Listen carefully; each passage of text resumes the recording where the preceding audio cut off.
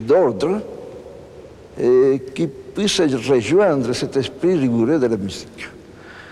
C'est pour ça que les pénétrables sont des éléments plastiques, sont des sculptures modernes, mais ils sont construits d'une façon très sévère.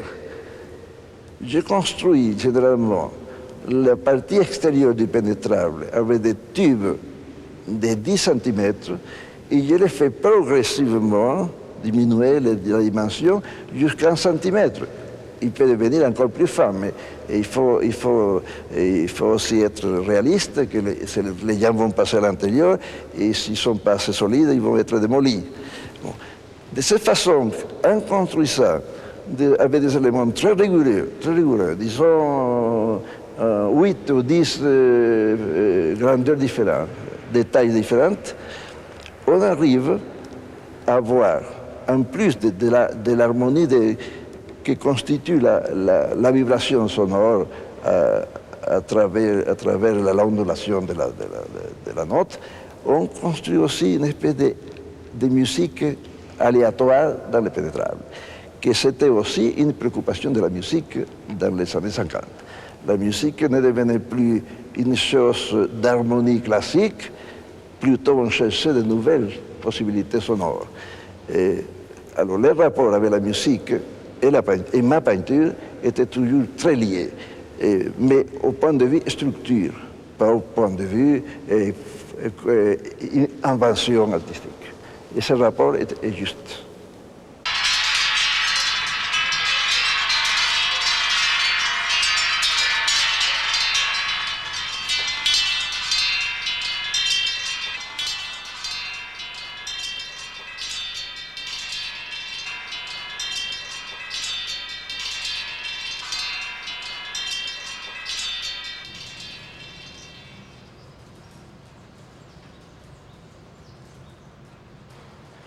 À partir de 1959 et après les fils de fer soudés, la vibration est devenue une part essentielle de votre travail.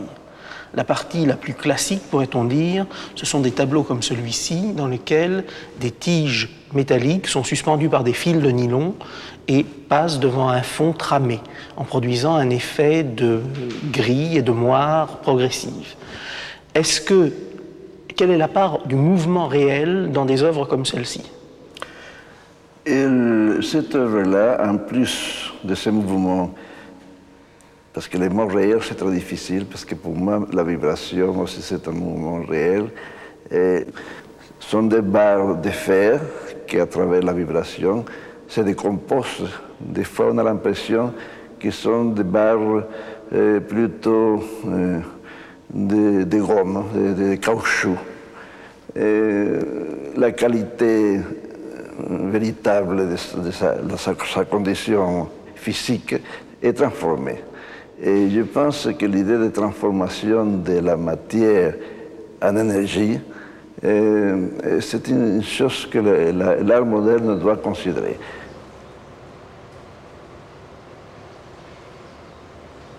Quel est votre degré d'information ? C'est-à-dire, est-ce que vous avez vraiment une connaissance des techniques scientifiques, ou bien est-ce que ce qui vous intéresse, c'est l'aspect de la découverte pour le transformer dans votre propre univers ? Évidemment, c'est ça la question.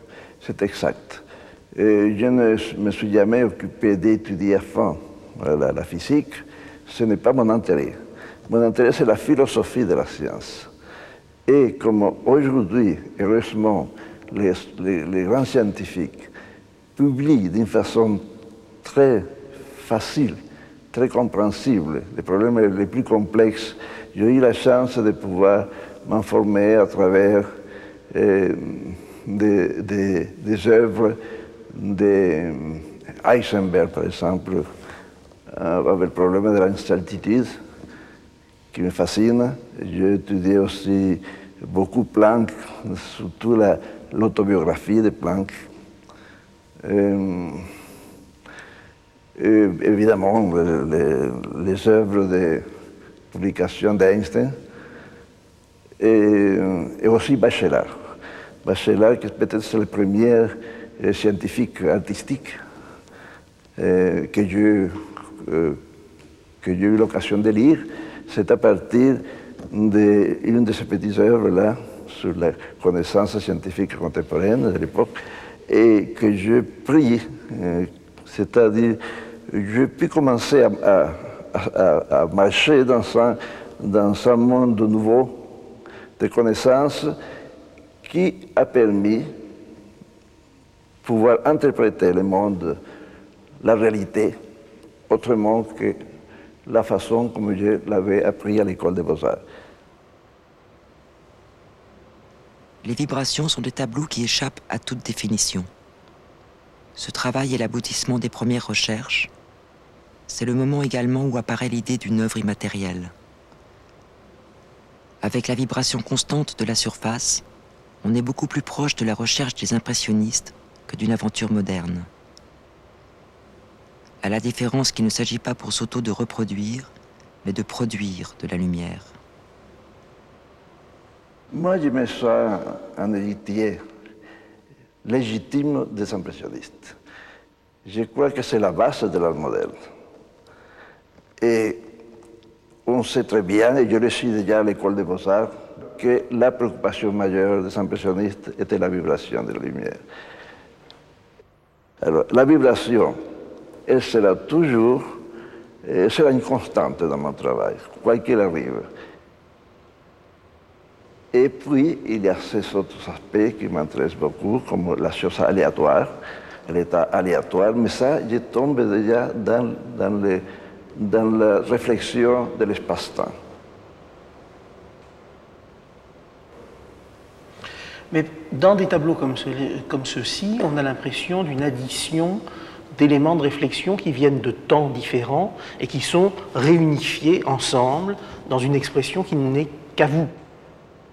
Comment arrivez-vous à assimiler les œuvres du passé et à les transformer en quelque chose d'absolument spécifique? Parce que je cherche les choses typiques, les moments plus aboutis de l'art contemporain. Et c'est pour ça que la suspension des Calder, c'est une chose que j'ai trouvée géniale, c'est une proposition nouvelle, comme le cas de Gabo avec son volume virtuel, et le cas de la structure pure de Mondrian ou de Carré Blanc de Malevich. Toutes mes réflexions sur ce que je trouve le sommet de l'art contemporain sont les éléments de base de mon travail. Et il est évident que si j'arrive à réunir partiellement cette espèce de structure, il est certain que j'ai abouti à une œuvre nouvelle. Parce que comme elles étaient encore séparées, au moment de réunir avec une conception très personnelle, obligatoirement je tombe dans une œuvre originale. Mais ma préoccupation n'était jamais d'être un peintre original. Ma préoccupation était toujours de donner des solutions à des problèmes posés par les artistes qui m'ont précédé.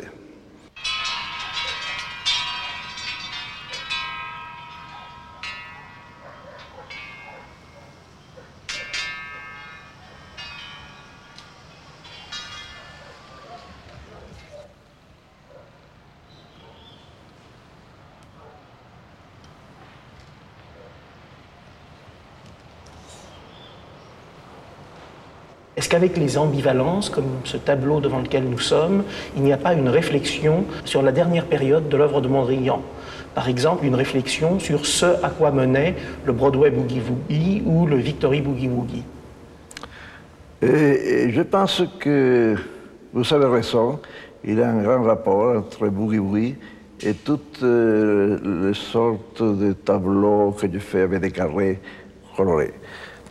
J'ai voulu, pour autre part, pousser plus loin cette idée de Mondrian de la vibration des carrés et avec mon système de rayures et de superposition. Mais en même temps, je pensais à toutes sortes de peintres de la couleur en France, cette espèce de monde fabuleux qui avait disparu. Par exemple, Léger. Et à un moment donné, je me suis décidé d'une façon très spontanée. Et même pas réfléchi, j'ai commencé avec une envie de mettre la couleur librement Et jusqu'à aujourd'hui, je travaille parce que je trouve qu'il y a énormément de possibilités dans ce domaine. Ces tableaux sont des tableaux dans lesquels l'ambivalence, l'ambiguïté est une ambiguïté spatiale. C'est-à-dire que ces plans colorés, dans ce tableau par exemple, sont tous à la même distance du fond, mais par le biais de la surface, par le biais de l'intensité colorée, par le biais des rapports, on peut lire, plus ou moins d'ailleurs alternativement, un carreau comme étant plus dans le fond ou plus en avant par rapport à un autre. La position de la couleur vis-à-vis de l'œil, ça dépend des rapports avec votre distance vis-à-vis du tableau, de l'état d'esprit avec lequel vous regardez le tableau. Alors, l'idée d'ambiguïté, qui pour moi c'est aussi une chose qui m'a passionné toujours, de démontrer que l'espace est ambigu, m'a poussé à chercher comment transmettre cette idée. Je trouve qu'à travers la couleur, je suis arrivé à donner un sentiment assez précis de ce que je pensais sur l'espace-temps.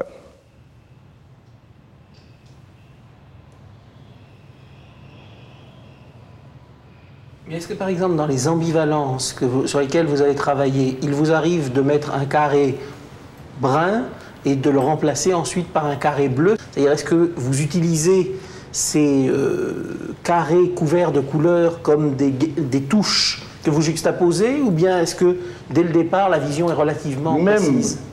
Je sais que quand les gens voient mes œuvres, les carrés, ils considèrent qu'elles sont parfaitement organisées. Mais il n'y a rien de prévu. Je travaille directement, comme un peintre, comme un paysagiste prenait la toile devant le paysage. Le carré n'a plus l'idée d'une surface plate. Elle est modulable.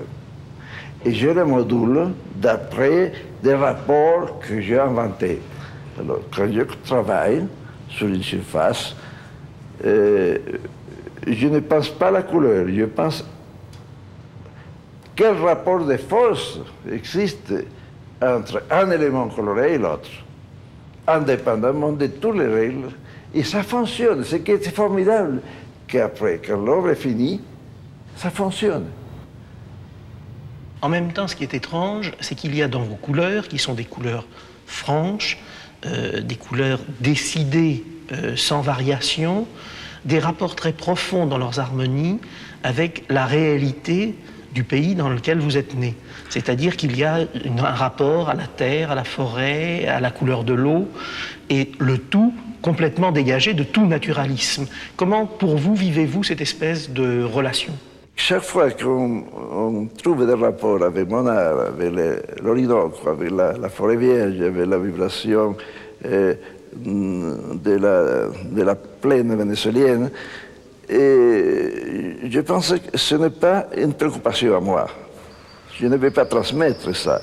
Mais il est fort possible que mon cerveau est conditionné par les 27 ans que j'ai vécu au Venezuela avant de partir ailleurs.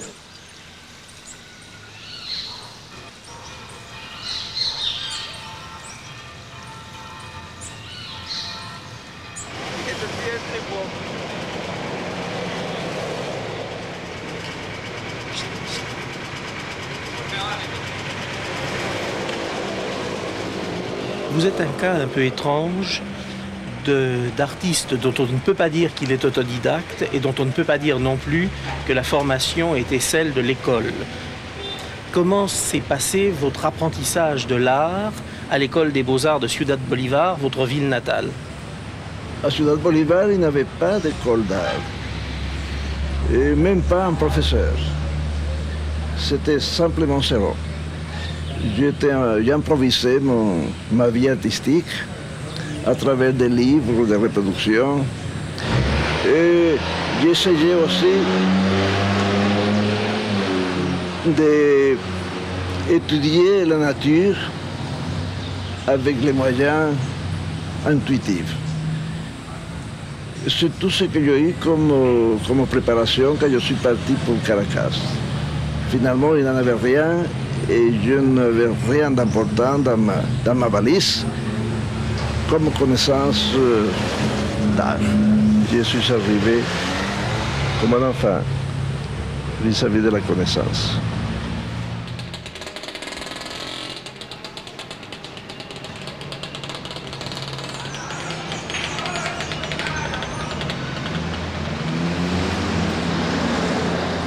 Ce qui est très curieux, c'est que votre peinture est une peinture qui semble ignorer la nostalgie. Bon, est-ce que je ne confonds pas mes sentiments sentimentaux ou amoureux, n'importe quoi, avec la peinture. Pour moi, ce sont deux choses complètement séparées. Parce que je pense que tout être est capable de souffrir, de jouir, etc. Mais tout le monde n'est pas capable de faire l'art. Alors je ne vois pas pourquoi je dois mélanger les deux choses. Vous avez entrepris, en construisant un musée à Ciudad Bolívar, une aventure assez exceptionnelle. Mais il y a, pour qui s'y promène, une disparité incroyable entre ce bâtiment moderne, qui est un musée de niveau international, et cette petite ville. Alors pourquoi cette folie d'artiste? Et évidemment, c'est une folie. C'est une folie très difficile à concrétiser. Mais quand j'étais enfant, j'étais très malheureux de ne pas pouvoir côtoyer tout ce qui était la vraie peinture. Je n'avais jamais vu un chevalet et une palette de peintre. J'avais vu ça dans le cinéma et dans les revues. Je connais la palette, j'ai vu pour la première fois ces éléments en arrivant à Caracas quand j'avais 19 ans, à l'école des Beaux-Arts. Ça m'est resté dans la tête, cette angoisse. Alors l'idée, c'est de faire un endroit, d'avoir un endroit et de pouvoir donner à cette petite ville la possibilité de voir de près, de sentir la présence de l'histoire de l'art contemporain. Le fait de me promener là et de voir presque 200 artistes de premier ordre dans ce pays le plus éloigné du monde, ça me fait un plaisir immense.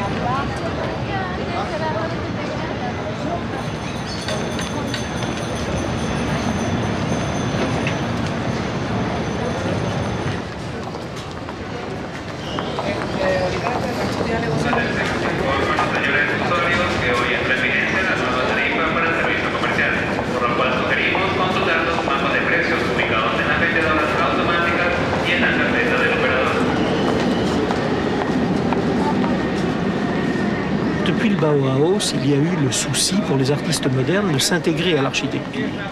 Vous avez travaillé dans une ville comme peu d'artistes ont pu investir une ville. Caracas est une ville remplie de Soto. Comment s'est passée pour vous cette relation entre l'espace architectural et l'espace de la création? Une œuvre à échelle monumentale est pour moi aussi complexe qu'une œuvre d'atelier de petit format. Au fond, je n'ai pas d'échelle. L'art abstrait, et particulièrement les carrés, je peux dire, c'est une œuvre sans dimension.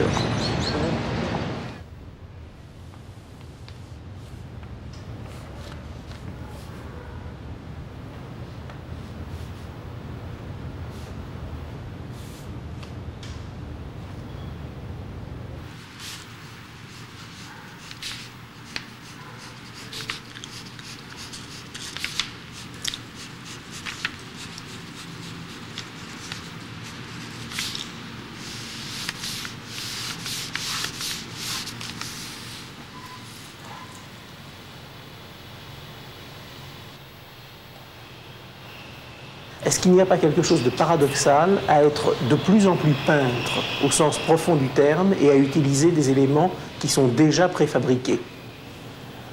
Et mon problème, et c'est une situation très difficile à définir, c'est que je me considère toujours un peintre qui travaille avec d'autres moyens que la peinture traditionnelle.